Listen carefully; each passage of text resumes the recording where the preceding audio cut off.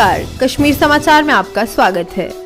जैसा कि हम जानते हैं कि धारा 370 हटने और केंद्र शासित प्रदेश बनने के बाद जम्मू कश्मीर में पहले चुनाव की घोषणा कर दी गई है। प्रदेश में पंचायतों और स्थानीय निकायों के उपचुनाव के साथ पहली बार जिला विकास परिषद यानी डीडीसी के चुनाव होने जा रहे हैं। जम्मू कश्मीर में पहली बार होने जा रहे डीडीसी के चुनाव को लेकर बात करने के लिए आज हमारे साथ मौजूद है भाजपा के मुख्य प्रवक्ता सीनियर एडवोकेट सुनील सेठी जी। नमस्कार सर। नमस्कार सर, पिछले साल अगस्त में अनुच्छेद 370 हटाए जाने के बाद केंद्र शासित प्रदेश जम्मू कश्मीर में पहला बड़ा चुनाव है, डीडीसी इलेक्शन यानी डिस्ट्रिक्ट डेवलपमेंट काउंसिल इलेक्शन। क्या ये जम्मू कश्मीर की डेवलपमेंट के लिए भी एक पहला बड़ा कदम है? क्या कहना चाहेंगे आप? मुझे लगता है कि जम्मू कश्मीर की जो डेवलपमेंट और प्रोग्रेस के लिए ये बड़ा महत्वपूर्ण कदम है जो डिस्ट्रिक्ट डेवलपमेंट काउंसिल के इलेक्शन हम करवाने जा रहे हैं। 3 टायर सिस्टम जो पंचायती राज एक्ट में है वो इन्फोर्स हो रहा है और डिस्ट्रिक्ट डेवलपमेंट काउंसिल के इलेक्शन डायरेक्ट इलेक्शन हो रहे हैं। इसकी भी वजह जो है वो बड़ी साफ है और मुझे लगता है कि बहुत अच्छी है, क्योंकि पंचायतों के इलेक्शन में काफ़ी जगह पे बाइकाट हो गया और जो बीडीसीज के इलेक्शंस थे उसके बारे में भी उस पर इम्पेक्ट तो पड़ता है अगर बाइकाट कहीं पे हुआ है पंचायतों का। तो अगर ये इनडायरेक्ट इलेक्शन होते तो फिर ये जो है एलिगेशंस होती कि जो चुन के आए हैं डिस्ट्रिक्ट डेवलपमेंट काउंसिल में वो लोग जो है वो ट्रू रिप्रेजेंटेटिव नहीं है। इसलिए बड़ा मौका जो है वो जनता को और बड़ा मौका जो है वो पॉलिटिकल पार्टीज़ को भी कि आप डिस्ट्रिक्ट डेवलपमेंट काउंसिल के इलेक्शन में पार्टिसिपेट करिए, क्योंकि ये समझने की बात है कि डिस्ट्रिक्ट डेवलपमेंट काउंसिल के थ्रू ही, उसके माध्यम से ही आगे डेवलपमेंट जितनी होगी वो डिस्ट्रिक्ट्स में होगी। और डिस्ट्रिक्ट डेवलपमेंट काउंसिल के वजूद में आने के बाद डेवलपमेंट के काम डिस्ट्रिक्ट में जितने होंगे वो सारे के सारे चुने हुए नुमाइंदों के थ्रू ही होंगे। तो आने वाला वक्त जो है डिस्ट्रिक्ट डेवलपमेंट काउंसिल के इलेक्शन के बाद आने वाला जो वक्त है ये डिस्ट्रिक्ट लेवल के ऊपर जो डेवलपमेंट के काम हैं उन पे फोकस रहेगा और चुने हुए नुमाइंदे लोगों के जो है वही वो काम करेंगे। ये एक बड़ी अच्छी और हेल्दी सिचुएशन है। डिस्ट्रिक्ट डेवलपमेंट काउंसिल के इलेक्शन में हर डिस्ट्रिक्ट को 14 जो है उसमें सीटों में बांटा गया है। मुझे लगता है कि ये भी एक अच्छी सोच है कि जिसमें आपको जो चेयरमैन और वाइस चेयरमैन इलेक्ट करना है उसके लिए आपका इलेक्टोरल कॉलेज जो है वो तैयार हो जाएगा। जी सर, जैसे गुपकार गठबंधन ने एक साथ मिलकर डीडीसी चुनाव लड़ने का फैसला लिया है, एक तरफ भाजपा और एक तरफ बाकी सभी पार्टीज, क्या ये भाजपा के लिए एक नई मुश्किल खड़ी कर गई है? क्या हम इसे बीजेपी बनाम ऑल की लड़ाई कह सकते हैं? देखिए, ये तो इलेक्शन डिस्ट्रिक्ट डेवलपमेंट काउंसिल का जो है ये बड़ा साफ है कि भारतीय जनता पार्टी एक साइड पे है और बाकी जितनी पॉलिटिकल पार्टीज हैं एक या दो को छोड़ के वो सारे दूसरी साइड के ऊपर हैं। ये लड़ाई सिर्फ पॉलिटिकल लड़ाई नहीं है, ये लड़ाई आइडियोलॉजिकल लड़ाई है, ये सैद्धांतिक लड़ाई है। क्योंकि अगर आप ये गुपकार गैंग को देखें तो गुपकार गैंग की जो डिक्लेरेशंस हैं उसके हिसाब से अगर सही मानों में उसको एनालाइज करें तो उसमें नेशनलिज्म के अगेंस्ट जो है वो एक मोर्चा खड़ा करने की बात है। ये लोग पाकिस्तान की बात करते हैं, ये लोग चाइना की बात करते हैं, ये जो देश विरोधी ताकतें हैं उनको जम्मू कश्मीर में इंटरफेरेंस करवाने के हक में हैं। क्या राजनीति का अब ये वकार होगा? क्या राजनीति में ये विकार होगा? ये लोगों को सोचना है। भारतीय जनता पार्टी तिरंगे झंडे को उठा के सबसे आगे चल रही है लोगों के साथ। हम राष्ट्रीयता की बात करते हैं और गुपकार गैंग वाले और उनके चाहने वाले, जिसमें अब कांग्रेस भी शामिल है, वो राष्ट्र विरोधी ताकतों को मजबूत करने की बात करते हैं। ये लड़ाई इस बात के ऊपर भी है कि भारत को क्या एकजुट होकर रहना है या भारत में अलग अलग हिस्से होंगे, ये भारत के अलग अलग हिस्से होंगे। बड़ी मेहनतों के बाद, बड़ी लड़ाई के बाद आज हम इस जगह पे पहुंचे हैं कि आज भारत जो है वो एकजुट है। इसमें कोई दो राय नहीं है, इसमें कोई अलग से राय रखने का जो है वो प्रावधान भी नहीं है, वो प्रोविजन भी नहीं है। हम सब भारतीय हैं, बस यही हमारी पहचान है। इसके अलावा और कोई पहचान भारत के कॉन्स्टिट्यूशन के हिसाब से नहीं चलेगी। तो ये लड़ाई नेशनलिज्म की लड़ाई है, ये लड़ाई हमारे इकट्ठे रहने की लड़ाई है। हम इकट्ठे रहने की लड़ाई लड़ रहे हैं, हम इकट्ठे रहने की पॉलिटिक्स कर रहे हैं, और दूसरी तरफ वो ताकतें हैं जो कि हमारे इकट्ठे रहने के ऊपर सवालिया निशान उठाते हैं, उसको कमजोर करने की कोशिश करते हैं। जी सर, जैसे आपने कहा कि भाजपा इकट्ठे रहने की लड़ाई लड़ती आ रही है और लोग ये बात जानते हैं, तो डीडीसी इलेक्शन में भाजपा को कैसे रिस्पांस की आशा है? मुझे लगता है कि जहां तक जम्मू प्रोविंस की बात है, भारतीय जनता पार्टी को लोगों का बड़ा समर्थन जो है वो मिलेगा। हम ऑलमोस्ट जो है वो जम्मू प्रोविंस में क्लीन स्वीप करेंगे, क्योंकि जम्मू की जनता ये जानती है कि कितनी स्ट्रगल के बाद, कितनी लड़ाइयों के बाद आज हम यहां पे पहुंचे हैं। और कश्मीर में भी जो भारत विरोधी ताकतें हैं वो कमजोर होंगी। ओके सर, जैसे आपने पहले कहा कि गुपकार गैंग वाले देश विरोधी बातें करते हैं, लेकिन वो कहते हैं कि हम भाजपा विरोधी हैं, देश विरोधी नहीं। ये कहना कि ये गुपकार गैंग जो है ये भारत विरोधी नहीं है, ये भाजपा विरोधी है, बिल्कुल गलत है। आपने भाजपा के विरोध करते करते वो लाइन ही क्रॉस कर दी कि आप भाजपा विरोध से आगे चल के भारत विरोधी बन गए। ये गुपकार गैंग की असलियत है, ये सच्चाई है। जब डॉक्टर फारूक अब्दुल्ला ये कहते हैं कि चाइनीज आके 370 को यहां पे मेंटेन करवाएंगे दोबारा, ये कौन सी भाजपा की विरोधी बात है? जब महबूबा मुफ्ती कहती है कि पाकिस्तान के साथ बात करो और पाकिस्तान के साथ बैठ के ये सेटल करो कि जम्मू कश्मीर का भविष्य क्या होगा, तो ये क्या भाजपा विरोधी है? ये भारत विरोधी है, ये भाजपा विरोधी नहीं है। और कश्मीर में भी लोग अब सजग हैं। कश्मीर में भी लोग जो है अब इन पॉलिटिकल पार्टीज के, इन पॉलिटिकल ब्लैकमेलर्स के साथ चलने के लिए तैयार नहीं है। आने वाले वक्त में ये साफ हो जाएगा कि कौन कहां पे स्टैंड करता है।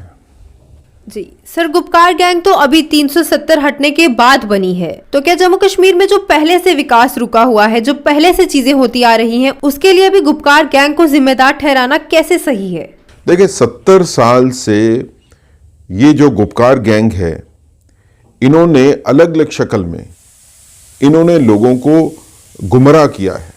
70 साल से जम्मू कश्मीर में कोई विकास नहीं हुआ, कोई डेवलपमेंट नहीं हुई। यहां पे डेवलपमेंट हुई तो कुछ इन गुपकार गैंग वाले लीडर्स के घरों में डेवलपमेंट जरूर हुई। उन्होंने पैसा लूटा, करप्शन के चार्जेस भी हैं, चल रहे हैं केसेस। चीफ मिनिस्टर जो पहले रहे हैं वो भी तो आज क्रिमिनल केसेस में इन्वॉल्व है, उनके खिलाफ भी प्रोसिक्यूशन हो रही है। कुछ के खिलाफ हो रही है, कुछ के खिलाफ होगी। यहां तो ये हालात है कि चीफ मिनिस्टर के ऑफिशियल रेजिडेंस में एक आदमी अच्छा भला जाता है और उसके बाद उसकी डेड बॉडी बाहर निकलती है, लेकिन उसकी इन्वेस्टिगेशन ही नहीं होती, कोई पुलिस इन्वेस्टिगेशन नहीं होती, बल्कि एक इंक्वायरी की जाती है। कौन से प्रोविजन में इंक्वायरी थी? अगर किसी बंदे की डेथ होती है तो उसमें एफआईआर लगनी चाहिए। ये चीजें दबी रही क्योंकि ये लोग पावर में थे, इन्होंने वो कार्रवाई कानूनी नहीं होने दी जो कि होनी चाहिए थी। अब सब सामने आ रहा है। जो गलतियां की हैं, अगर वो गलतियां क्राइम हैं, उसकी डेफिनेशन में आती हैं, तो फिर उसमें इन्वेस्टिगेशन होनी ही चाहिए। उसमें इन्वेस्टिगेशन भी होगी, प्रोसिक्यूशन भी होगी, और कोई जनता इनके साथ नहीं है। इस चीज में ये मान के चलिए कि हम भी काफी लोगों से मिलते हैं कश्मीर के, तो कश्मीर में जनता जो है वो खुश है कि जो 70 साल से इन लोगों ने तबाही कश्मीर में करवाई है, वो तबाही की अब आंसरेबिलिटी है, अब अकाउंटेबिलिटी है। अब इनसे हिसाब लिया जाएगा कि आपने जनता को कैसे लूटा है और जनता की बर्बादी कैसे की है। सर, कश्मीर को लेकर हमेशा राजनीति की गई। पॉलिटिकल पार्टीज हमेशा कश्मीर को अपना मुद्दा बनाकर लड़ती रही, लेकिन उस लड़ाई में हमेशा कश्मीर के आम लोगों को ही भुगतना पड़ा। कश्मीर के बड़े बड़े राजनेताओं को तो कोई आंच तक नहीं आई। तो कब तक अपनी इस राजनीतिक लड़ाई में पॉलिटिकल पार्टीज कश्मीर के आम लोगों की जान दांव पर लगाए रखेंगी? ये ठीक बात है। अगर कश्मीर में कोई आदमी मरता है, कोई बच्चा मरता है, चाहे वो मिलिटेंट्स उसको मारते हैं, चाहे वो क्रॉस फायरिंग में मरता है या किसी और वजह से मरता है, वो किसका बच्चा है? वो आम जन का बच्चा है, वो गरीब आदमी का बच्चा है, वो बच्चा है जिसको गुमराह किया है। कौन से बड़े पॉलिटिकल लीडर का बच्चा मरा है कश्मीर में? इनके अपने बच्चे तो जो है वो फॉरेन कंट्रीज में बैठे हैं, वहां पे पढ़ाइयां करते हैं, नौकरियां करते हैं। जो इंडिया में भी है वो भी बेस्ट जगह पे बैठे हुए हैं। ये तो नहीं आते अपनी जान देने के लिए। ये लोगों के बच्चों की जान दिलवाते हैं। कश्मीर में और जम्मू के कुछ रीजन में भी अगर सड़कों पे खून बिखरा है तो वो आम आदमी के बच्चे का, गरीब आदमी के बच्चे का खून है, जिनको इन गुपकार गैंग वाले लोगों ने गुमराह किया और उनको इस राह पे डाला। लेकिन आज आम कश्मीर का नागरिक भी इस चीज को समझता है कि उसकी जिंदगी अगर आज बेहतरी की तरफ नहीं चल रही है, उसकी जिंदगी में ठहराव आ गया है विकास के नाम के ऊपर, तो उसके लिए जिम्मेवार यही लोग हैं। सर, आम लोगों की जान दांव पर लगाकर तो बहुत सी पार्टीज राजनीति करती आई हैं, अभी भी कर रही हैं, लेकिन जब उन्हीं आम लोगों को मदद की जरूरत होती है तो ये पॉलिटिकल पार्टीज कहां चली जाती हैं? अभी भी जम्मू कश्मीर में विकास के मुद्दे को छोड़कर लगभग सभी मुद्दों पर राजनीति की जा रही है। जो सबसे अहम मुद्दा है विकास का, उसके बारे में कोई बात भी नहीं कर रहा। बिल्कुल, आप ठीक कहते हो। अगर आप जो रीसेंट डेवलपमेंट है उसको देखें तो कोरोना काल में कौन सी पॉलिटिकल पार्टी थी जो सामने थी? क्या भारतीय जनता पार्टी के अलावा कोई और पॉलिटिकल पार्टी थी जो लोगों के साथ खड़ी रही कोरोना काल में? क्या भारतीय जनता पार्टी की गवर्नमेंट के अलावा कोई और संस्था थी जो साथ में खड़ी रही? जहां पे सेंट्रल गवर्नमेंट ने खुल के लोगों के लिए जो है संसाधन मुहैया करवाए, फ्री खाना भी हुआ, जो बाकी फैसिलिटीज थी वो भी हुई, जितने प्रोटेक्शन के अरेंजमेंट हो सकते थे वो भी किए। लेकिन उसके साथ भारतीय जनता पार्टी ही एक ऐसी पॉलिटिकल पार्टी थी जिसका वर्कर जो है वो सड़कों के ऊपर था लोगों के साथ। भारतीय जनता पार्टी के वर्कर ने ये इंश्योर किया कि जम्मू कश्मीर में कोई आदमी भूखा नहीं रहेगा कोरोना काल के चलते हुए। हम लोगों ने काम किया, हम लोगों ने पैसे खुद भी कंट्रीब्यूट किए, लोगों से भी कंट्रीब्यूशन ली, लेकिन इस चीज को इंश्योर किया कि जम्मू कश्मीर की धरती के ऊपर कोई भूखा नहीं रहेगा, चाहे वो जम्मू कश्मीर का नागरिक होगा या बाहर से आके यहाँ पे फंसे हुए लोग होंगे। जो भाजपा ने किया, लोगों ने कहा कि वो भी सिर्फ एक सियासी स्टंट था। सियासत तो ये चीज है कि लोगों के साथ खड़ा होना, लोगों के दुख दर्द में उनके साथ रहना। अब ये कांग्रेस पार्टी हुई या बाकी गुपकार गैंग की पार्टीज हुई, जब कोरोना काल की मुसीबत आती है ये अपने अपने घरों में बैठ जाते हैं, भाग जाते हैं। लेकिन बयानबाजी करने के लिए लोगों के सामने आके बयानबाजी करेंगे ताकि लोग गुमराह होकर इनको वोट डाल सकें।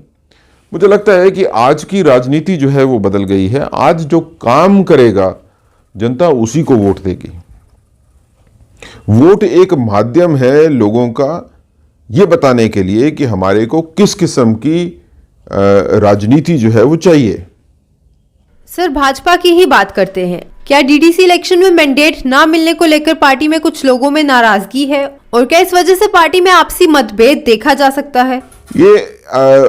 ये मैं आपको आश्वस्त करना चाहता हूं कि भारतीय जनता पार्टी बिल्कुल इकट्ठी है, मजबूती से इकट्ठी है डिस्ट्रिक्ट डेवलपमेंट काउंसिल के इलेक्शन लड़ने के लिए, या उसके बाद की भी जो राजनीतिक परिस्थिति यहाँ पे बनेगी डिलिमिटेशन के बाद। हमारे अपने बीच में कोई रेबल खड़ा नहीं होगा, ऐसी मैं आपको आश्वासन देता हूं। Bharatiya Janata party disciplined party है, जहां पे ये फैसला पार्टी का होता है उस फैसले को सभी लोग मानते हैं। ये ठीक है कि जब प्रोसेस ऑफ कंसिडरेशन होती है कि मैंडेट किसको मिलना है किसको नहीं मिलना है, उसमें कुछ रिकमेंडेशंस जो है वो भी होती हैं, क्योंकि ये डिस्ट्रिक्ट लेवल का इलेक्शन है, तो जो डिस्ट्रिक्ट की टीम्स होती हैं वहाँ से रिकमेंडेशंस भी होती हैं, बाकी जगह से भी जो है वो फीडबैक लिया जाता है। तो उन नामों को सबको कंसिडर करने के बाद उसमें बड़े फैक्टर्स होते हैं कि किस आदमी की ज़रूरत है आज के दिन में उस कॉन्स्टिट्यूएंसी को रिप्रेजेंट करने के लिए। लेकिन ये जितने नाम भी कंसिडरेशन में होते हैं ये उस टाइम पे ख़त्म हो जाते हैं जब एक फाइनल फैसला हो जाता है। फिर कोई भी कंसिडरेशन में होगा, कोई भी अपने आप को समझेगा कि उसको मैंडेट मिलना चाहिए, लेकिन जब पार्टी ने फैसला कर दिया कि मैंडेट फलां आदमी को मिलेगा तो फिर सब उसके साथ ही खड़े रहते हैं। भारतीय जनता पार्टी कार्डर बेस्ड पार्टी है। यहाँ पे डिसेंट जो है वो फैसला लेने के बाद कोई डिसेंट जो है वो नहीं होती है। सर, आपसी पॉलिटिकल पार्टीज में चल रही लड़ाई की बात तो अलग रही, अगर जम्मू कश्मीर की बाकी लड़ाइयों की बात की जाए तो भी जम्मू कश्मीर एक काफी मुश्किल दौर से गुजर रहा है। इस बारे में आप क्या कहना चाहेंगे? जम्मू कश्मीर एक बड़े मुश्किल दौर से निकल रहा है, इसके बारे में भी कोई दो राय नहीं है। हमारे दुश्मन जो हैं वो चाइना भी हमारा दुश्मन बॉर्डर के ऊपर बैठा है, उसके साथ भी हमारी जो है वो लड़ाई चल रही है। लद्दाख रीजन में, जो जम्मू कश्मीर का अब हिस्सा तो नहीं है लेकिन हमारा ही हिस्सा था, और पाकिस्तान तो खैर बैठा ही है इस फिराक में कि वो 1971 की जंग का जो है वो बदला ले सके। और जैसे पाकिस्तान जो है वो दो हिस्सों में टूट गया, तो ये कोशिश उनकी 1971 के बाद से ही रही है कि किसी तरह जम्मू कश्मीर के माध्यम से भारत को भी जो है वो हिस्सों में तोड़ा जा सके। उसके लिए उन्होंने कभी खालिस्तान बनाने के लिए जो है वो साजिशें की, कभी जम्मू कश्मीर को अलग करने की साजिशें की, लेकिन ऐसा कभी कुछ होगा नहीं।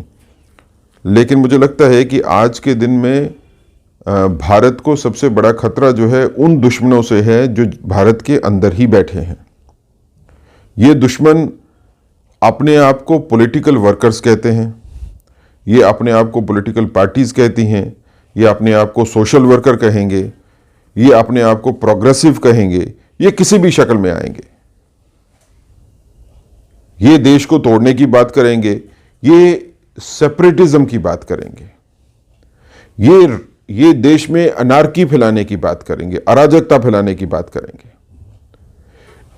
जब तक हम इन देश के दुश्मनों को पहचान नहीं लेते और हम उनको अलग नहीं कर देते और हम उनको बता नहीं देते कि हम आपके साथ नहीं हैं, तब तक सही मानों में भारतवर्ष को एक बनाना बड़ा मुश्किल हो जाएगा।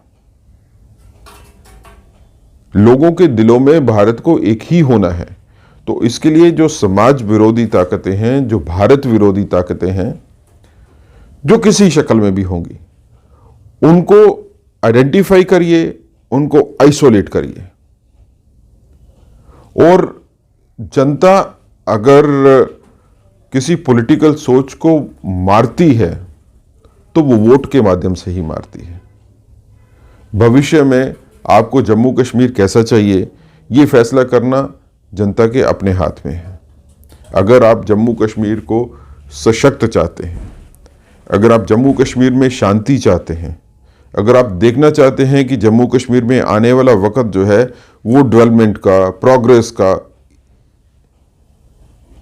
और ऐसा होगा, तो फिर आपको उन ताकतों को साथ आगे बढ़ाना चाहिए जो कि राष्ट्र हित में काम करती हैं, जो जनता के हित में काम करती हैं।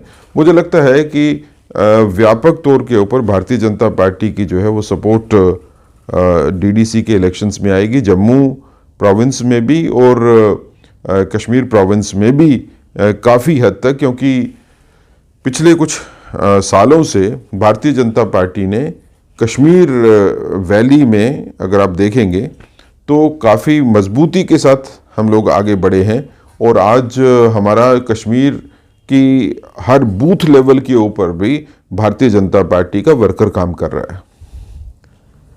ये ठीक है कि हमारे कुछ वर्कर्स जो हैं वो हताहत हुए हैं पिछले कुछ अरसे में, लेकिन उससे हमारे कुछ वर्कर्स के शहीद होने से भारतीय जनता पार्टी के आम वर्कर का जो कश्मीर में काम कर रहा है उसका मनोबल गिरा नहीं है, बड़ा है। वो ये कहता है कि हमारे साथी अगर उन्होंने कुर्बानी दी है तो हम उनकी कुर्बानी को लेके आगे चलेंगे, हम उनकी कुर्बानी को भूलेंगे नहीं और हमारी लड़ाई जो है और मजबूती से जारी रहेगी। जी शुक्रिया सर आपका। आपसे हमने जम्मू कश्मीर में आने वाले डीडीसी इलेक्शन से लेकर पॉलिटिकल पार्टीज की अंदरूनी लड़ाई तक सभी मुद्दों पर बातचीत की। बहुत बहुत शुक्रिया सर। शुक्रिया, मेहरबानी, थैंक यू।